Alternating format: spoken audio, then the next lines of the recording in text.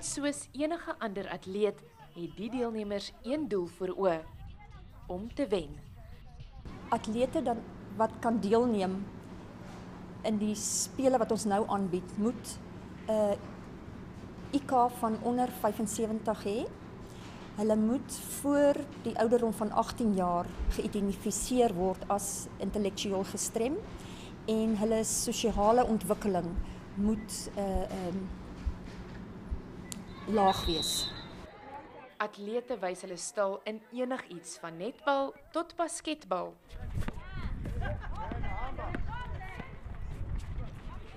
En in plaas van gewone hokkie neem hulle deel aan hokker, 'n spel wat geskik is vir deelnemers wat moeilik beweeg.